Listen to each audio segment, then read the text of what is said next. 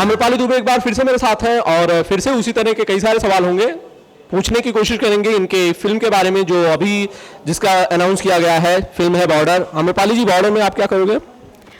मेरा बहुत interesting character है बॉर्डर में। एक शहीद की विधवा का कैरेक्टर है और कैरेक्टर में क्या क्या करना है वो तो आप फिल्म देखेंगे तो पता चलेगा, लेकिन मुझे एक्टिंग करने के लिए बहुत कुछ मिला है इस फिल्म में। और अभी अभी मैं शहीदों के परिवार से मिल के आई हूँ यूपी में, तो उनको देख के इतना हमारा मन भरा हुआ है कि जब वो कैरेक्टर करेंगे तो बहुत अच्छे से निभाएंगे। जहाँ तक बात की जाए फौज की, मिलिट्री की, जब भी बात होती है मिलिट्री की तो देशभक्ति की बात ज़रूर होती है। आम्रपाली जी किस तरह से देशभक्ति करती हैं या फिर कोई ऐसी चीज़ जो उन्हें देश के लिए सबसे ज़्यादा वो करती हों? मैं अपने लेवल पे जितना मैं एक एक्टर हूँ और एक्टर होने का सबसे बड़ा सौभाग्य ये है कि अगर हम एक बात बोलते हैं तो 10 लोग सुनते हैं। आप लोग बहुत कृपा करते हैं, हमारी बात सुनते हैं। मैं अपने लेवल पे जितने बार ये बोल सकती हूँ कि हमारे देश को स्वच्छ रखें, सुंदर रखें, बेटियों को पढ़ाएं बढ़ाएं, हमारे देश में से इलिटरेसी निकालें, गरीबी निकालें। अगर हम सब ने मिलकर 1-1 रुपया भी दे दिया तो भी बहुत फ़ायदा हो सकता है। मैं हमेशा ये बोलती हूँ, तो मैं अपने लेवल पे जितना कर सकती हूँ हमारे कंट्री के लिए करती हूँ। और भगवान ना करे कभी इतना कुछ आ जाए हमारे देश पे बात, पर अगर देश पे बात आएगी तो जान भी दे देंगे, डरेंगे नहीं।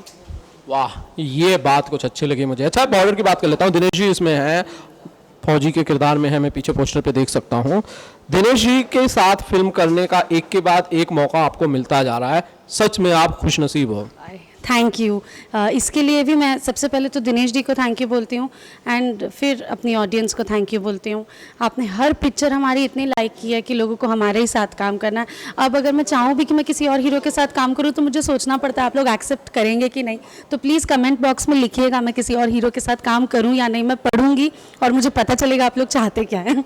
नहीं, कमेंट बॉक्स में बहुत सारे लोग, मेरे जहाँ तक दर्शक हैं, वो ये कहते हैं कि आम्रपाली जी को पवन सिंह के साथ काम करना चाहिए, कुछ लोगों ने कहा खेसारी के साथ काम करना चाहिए। अरे वाह वाह, मौका मिलेगा तो ज़रूर करूँगी, उन दोनों के साथ भी काम करूँगी। दोनों स्टार्स हैं, उनके साथ भी मुझे काम करना है। चांस मिलेगा तो पक्का करूँगी। नहीं, अब तक कोई फिल्म आपको इन स्टार्स के साथ ऑफर नहीं हुई?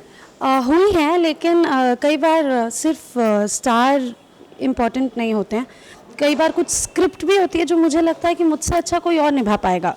मैं उस स्क्रिप्ट को उतना अच्छे से नहीं निभा पाऊंगी जितना अच्छे से कोई और निभा पाएगा, तो उस वजह से हाँ या ना होता है। पर अगर ऐसा सौभाग्य मिले कि बहुत अच्छी स्क्रिप्ट मिले, बहुत अच्छे डायरेक्टर मिले और 2 इतने बड़े स्टार के साथ काम करने का मौका मिला तो मैं ज़रूर करूँगी। अच्छा, कौन सा किरदार आज तक आपको जो टफ लगा, जो आपने रिजेक्ट कर दिया इसलिए कि आप निभा नहीं पाई? एक आध टफ लगा इसलिए रिजेक्ट किया नहीं, मुझे मेरे लायक नहीं लगते कुछ रोल। और ये बोलना बहुत बदतमीज़ी की बात है, मैं ये बोल रही हूँ, लेकिन मुझे ऐसा लगता है कि मैं कुछ भी करने के लिए नहीं बनी हूँ। यही रीज़न था जो मैंने टीवी सीरियल छोड़ा और मैं भोजपुरी सिनेमा में आई। मैं रोज़ ग्लिसरीन लगा के रो नहीं सकती थी एज अ मेन लीड, मुझे कुछ अलग करना था, इसलिए मैंने भोजपुरी फिल्में की। मैं हिंदी छोड़ के भोजपुरी में इसीलिए आई क्योंकि मैं कुछ अलग करना चाहती हूँ। अब जब भोजपुरी में आने के बाद भी फिर हमको वही करना पड़े, कुछ घिसा पिटा टाइप का, तो उसका क्या मतलब है? तो उसके चलते हमने काम छोड़ा है। मतलब सिर्फ नयापन ढूंढने के लिए आपने ये छोड़ा? बस सिर्फ और सिर्फ मुझे एज अ एक्टर डेवलप होने के लिए नए नए कैरेक्टर्स प्ले करने हैं। जैसे अभी इस फिल्म में जो मेरा कैरेक्टर है विधवा का, वो मुझे लगता है वो कैरेक्टर मैं फ़र्स्ट टाइम प्ले कर रही हूँ, तो मुझे नए नए कैरेक्टर्स प्ले करने के लिए चाहिए और वो मुझे जहाँ भी मिलेगा मैं करूँगी। सिर्फ भोजपुरी नहीं, कोई भी और इंडस्ट्री हो, कोई भी और लैंग्वेज हो, बस कैरेक्टर ऐसा होना चाहिए कि मुझे एज अ एक्टर करने का मन करे और मैं करूँगी। अच्छा, खबर यह है कि भोजपुरी के एक बहुत बड़े स्टार बिग बॉस में जाने वाले हैं। आम्रपाली जी, लगता है आपको भी बिग बॉस में जाना चाहिए? नहीं। दिनेश जी जाके आए हैं। दिनेश जी जैसा आदमी जा सकते हैं, वो बहुत शांत स्वभाव के हैं। वो कुछ भी कोई भी बोले अच्छा अच्छा भैया नमस्ते धन्यवाद ठीक है, ऐसे हैं दिनेश जी। और मुझे अगर किसी ने कुछ उल्टा बोल दिया तो मैं सीधा, मतलब अगर बहुत तमीज़ से बोलूँ तो फाड़ डालूंगी उस आदमी को।